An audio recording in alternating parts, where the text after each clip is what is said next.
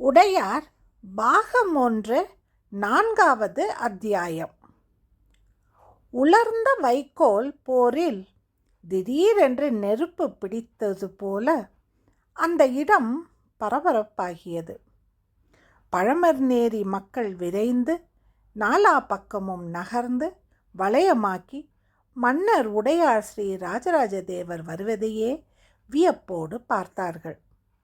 மன்னரின் கவசப்படையை சேர்ந்த ஒருவன் நிலைமையை சகஜமாக கருதி மன்னர் உடையார் ஸ்ரீ ராஜராஜ தேவர் என்று உரக்க குரல் கொடுக்க, வாழ்க வாழ்க என்று கிராமவாசிகள் சேர்ந்து குரல் ஒலி எழுப்பினார்கள். கிராம அதிகாரி ஒருவன் சட்டென்று முன்வந்து, திருமகள் போல பெருநில செல்வியும் தனக்கே உரிமை பூண்டமை மணக்கோள காந்தலூர் சாலை களமருதருளி என்று உடையாரின் மெய்கீர்த்தி பாட, சட்டென்று இடதுகையை உயர்த்தி அந்த கிராம அதிகாரியை பார்த்து, மெய்கீர்த்தி வேண்டாம் என்பது போல் ராஜராஜன் செய்கை செய்தார். மெய்கீர்த்தி நிறுத்தப்பட்டது. மெய்கீர்த்தி சொன்னவனை எல்லோரும் சற்று கேலியாக பார்த்தார்கள். இது என்ன, அரச சபையா, இல்லை வேறு ஏதேனும் சபை மண்டபமா? ஆற்றங்கரை தானே. இரவு நேரத்தில் இங்கெல்லாமாப்பா மெய்கீர்த்தி பாடுவது என்பது போல் மக்கள் மெய்கீர்த்தி கூறியவனை வியப்பாக பார்த்து கேலி செய்தார்கள், முணுமுணுத்தார்கள். மீண்டும் அங்கு ஏற்பட்ட நிலைமையை தளர்வு செய்ய கருதி கவசப்படையை சேர்ந்தவன் உடையார் ஸ்ரீ ராஜராஜ தேவர் என்று உரக்க கத்த, வாழ்க வாழ்க என்ற கோஷம் உரக்க எழுந்து எல்லோரிடமும் எல்லா சிந்தனைகளையும் கலைந்து மறுபடியும் மன்னர் மீது ஒரு முகப்பட்டன. மன்னர் குதிரையிலிருந்து இறங்க முயற்சித்த போது ஒருவன் சட்டென்று கீழே குதித்து தோள் கொடுக்க முன்வந்தான். மன்னன் அவனை நகர்ந்து போ என்று செய்கை செய்து குதிரையை சற்று அப்பால் நகர்த்த அவன் எழுந்து கொண்டான். இடக்காலை சேனத்தில் ஊன்றி வலக்காலை வீசி போட்டு மன்னர் கீழே இறங்கினார். இறங்கி இடுப்பை இடதும் வலதும் அசைத்து தளர்வாக்கி கொண்டார். குதிரையை தட்டி அப்புறப்படுத்தினார். மக்களை நோக்கி நடந்தார். மக்கள் கூட்டம் சலசலத்தது.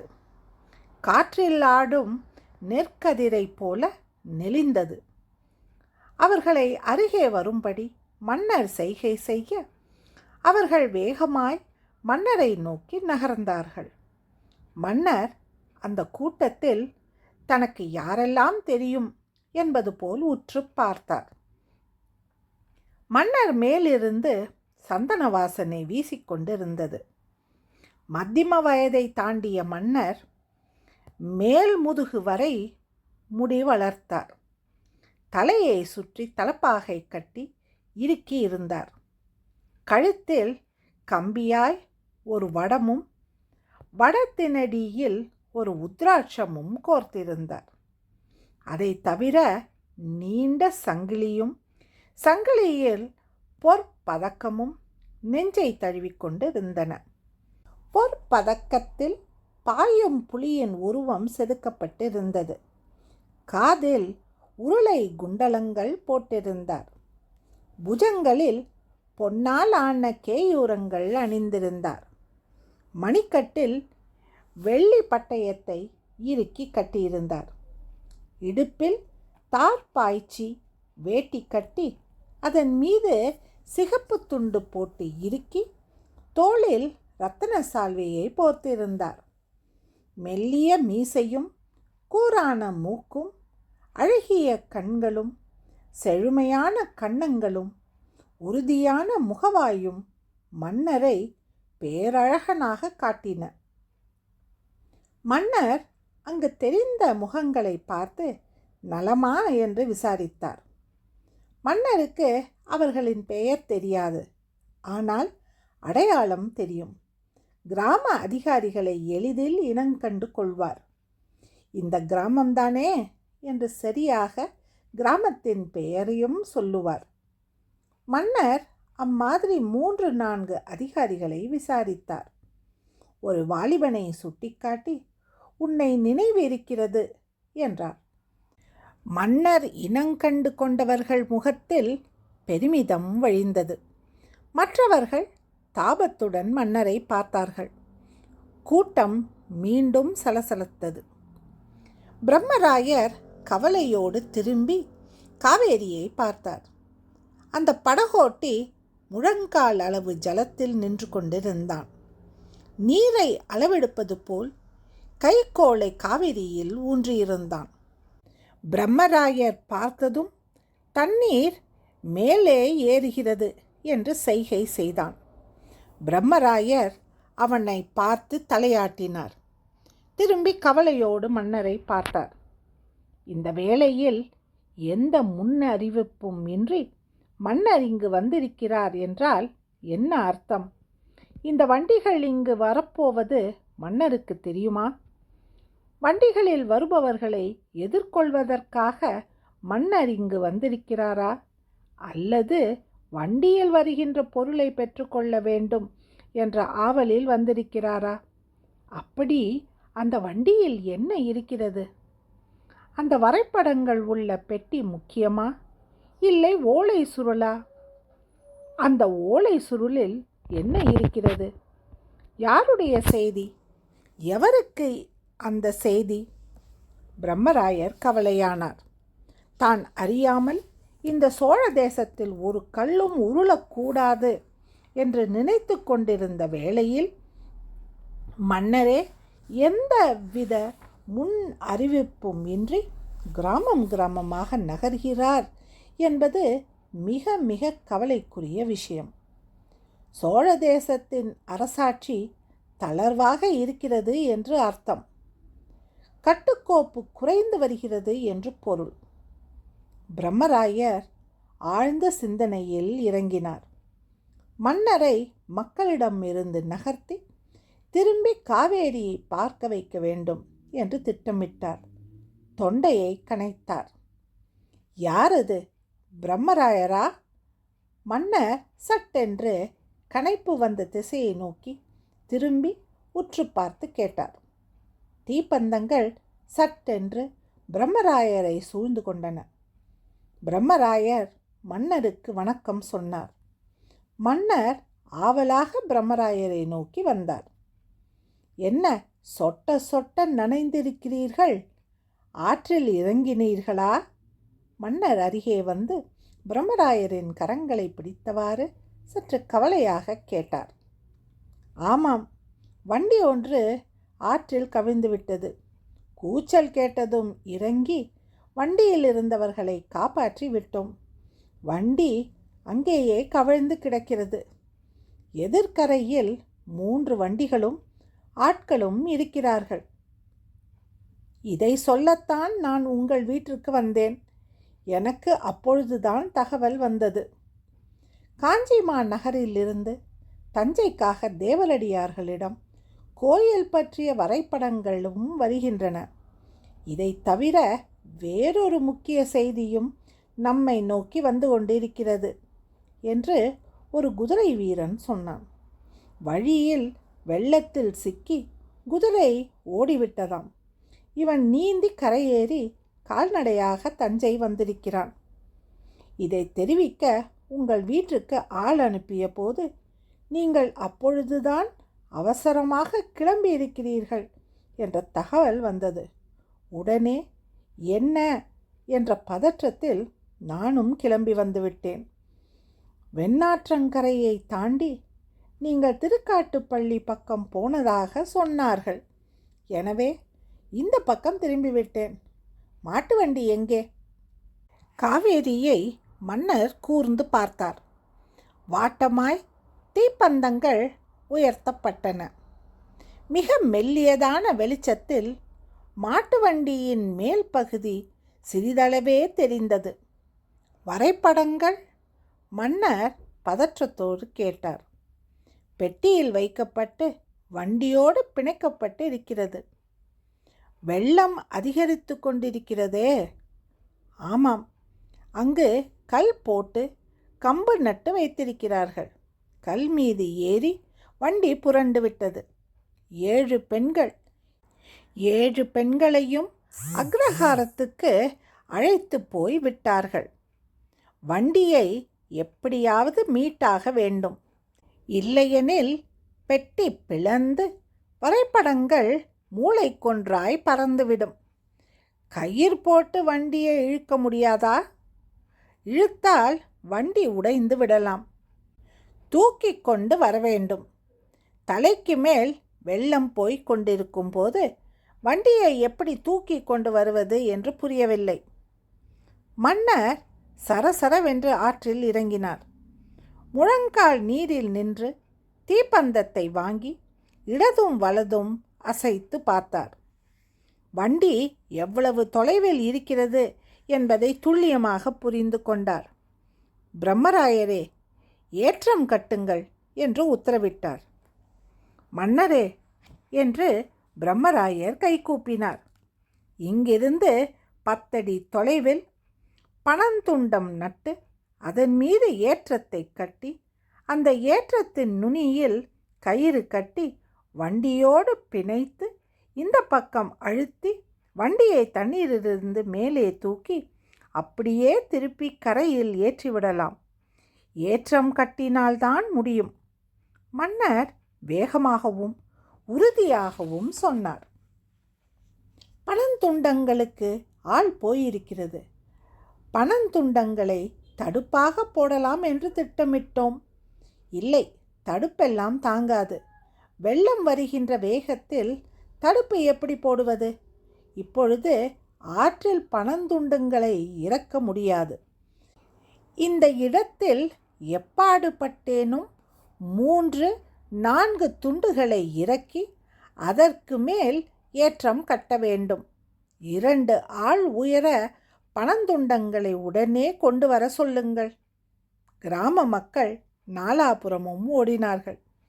இங்கு இருக்கிறது, அங்கு இருக்கிறது, அவரிடம் இருக்கிறது, இவரிடம் இருக்கிறது என்று கத்தினார்கள். எவர் வீட்டில் இருந்தும் பனந்துண்டங்கள் எடுத்து வர வேண்டாம். கரையோரம் பனைமரம் இருந்தால் உடனே வெட்டி வீழ்த்துங்கள். நுனியை சீவுங்கள், புரட்டி பூமியில் நடுங்கள் என்று உரக்க கட்டளையிடுவது போல மன்னர் பேசினார். ஆட்கள் பிசாசாய் பறந்தார்கள். கோடாலிக்கும் அருவாளுக்கும் ஓடினார்கள். சில நொடிகளில் பனைமரத்தை பட் பட் என்று அருவாளால் கோடாலியால் வெட்டும் சப்தம் அந்த பிரதேசம் முழுவதும் கேட்டது. ஒரே நேரத்தில் 4-5 பேர்கள் சுற்றி நின்று வெட்டினார்கள் என்று தெரிந்தது. பனைமரம் படபடவென்று சாய்ந்தது. தொடர்ந்து இலைகள் கழிப்பதை உணர முடிந்தது. வண்டியில் வந்தவர்கள் எங்கிருக்கிறார்கள்? மன்னர் மீண்டும் வினவினார். 7 பெண்கள், 7 பேரும் தேவரடியார்கள். ஒரு பெண் மிக சிறியவள் மயங்கி விழுந்து விட்டாள். அக்ரஹாரத்து அந்தன பெண்மணிகள் அவர்களை அழைத்து போயிருக்கிறார்கள். ஒரு பெண் இங்கே இருக்கிறாள். பெயர் ராஜராஜி. மன்னர் தீப்பந்தங்களுக்கு சைகை செய்தார். தீப்பந்தம் அருகே வந்தது.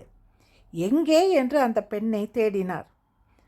மரத்தின் பின்னிலிருந்து அந்த பெண் தன்னை முற்றிலும் வேட்டியால் போர்த்தியபடி வெளிவந்து மன்னரை நிலம்பட வணங்கினாள். எழுந்து நின்றாள். அட, ராஜராஜி என்று மன்னர் வியப்போடு குரல் கொடுக்க அவள் ஆம் என்று தலையசைத்தாள்.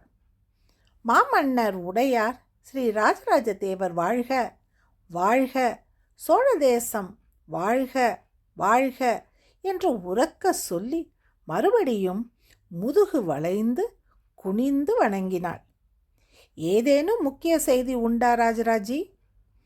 ஆமாம் மன்னா, வண்டிக்குள் 3 ஓலை குழல்கள் இருக்கின்றன.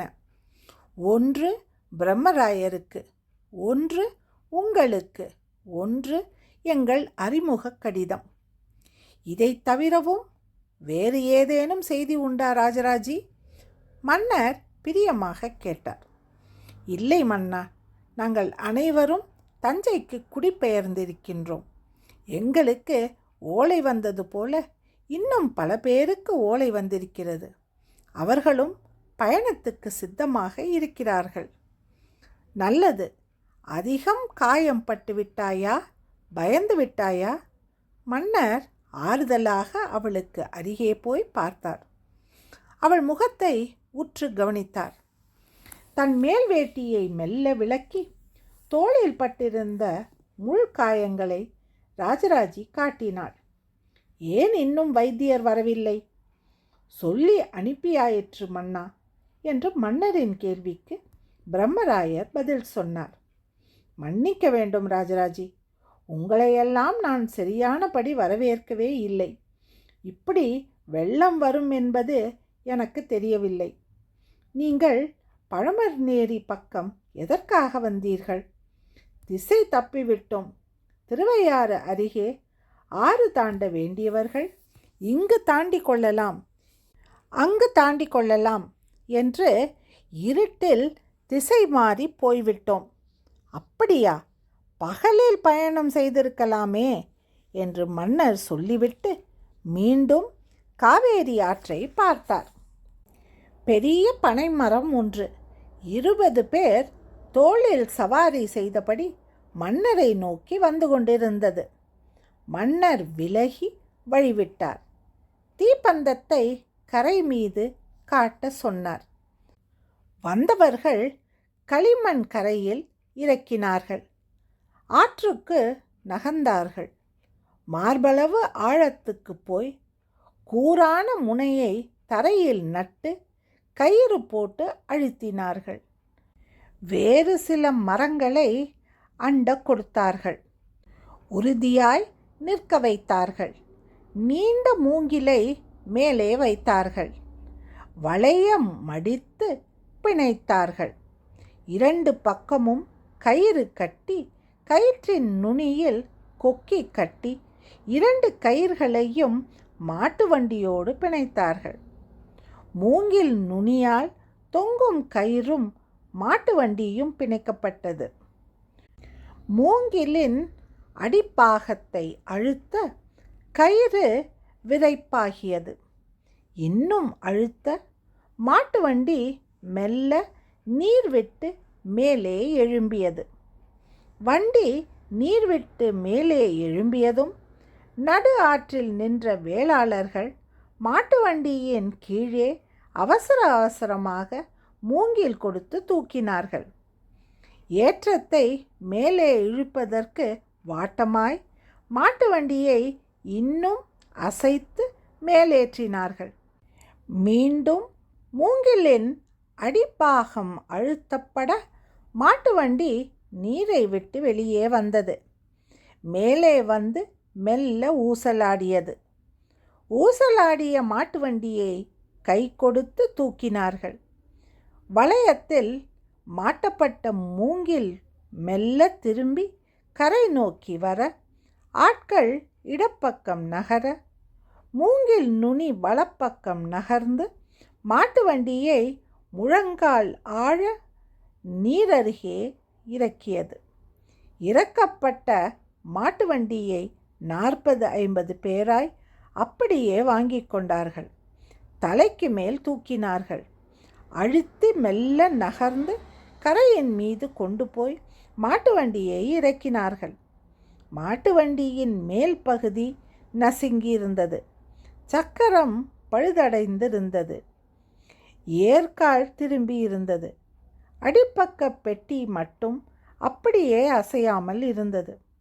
மன்னர் மாட்டு வண்டியின் அருகே போய் பார்க்க மற்றவர்கள் விலகி கொண்டார்கள். பெட்டியை மன்னர் விடுவிக்க சொல்ல 2 பேர் உள்ளே போய் கயிற்றை அறுத்து பெட்டியை வெளியே கொண்டு வந்தார்கள். பெட்டியை நெட்டு குத்தலாகி நிற்க வைக்க உள்ளே இருந்து நீர் பொங்கி வந்து தரையை நனைத்தது. ராஜராஜி, குழல்கள் எங்கே என்று மன்னர் கேட்க ராஜராஜி மாட்டு வண்டியின் அருகில் தீப்பந்தத்தை வைத்து பார்த்தாள். துணியால் மூடப்பட்டிருந்த மேற்கூரைக்குள் கைவிட்டு 3 ஓலை குழல்களை வெளியே இழுத்தாள். தீப்பந்த வெளிச்சத்தில் அடையாளம் பார்த்து, இது அறிமுக கடிதம், இது உங்களுக்கு, இது பிரம்மராயருக்கு என்று பிரித்து காட்டினாள். பிரம்மராயருக்கான ஓலையை அவளிடமே கொடுத்துவிடு என்று மன்னர் அதை தொடக்கூட செய்யாமல் மற்ற 2 ஓலைகளை மட்டும் வாங்கி கொண்டு தனியே நடந்து போனார். 4வது அத்தியாயம் முடிவடைந்தது. நன்றி, வணக்கம்.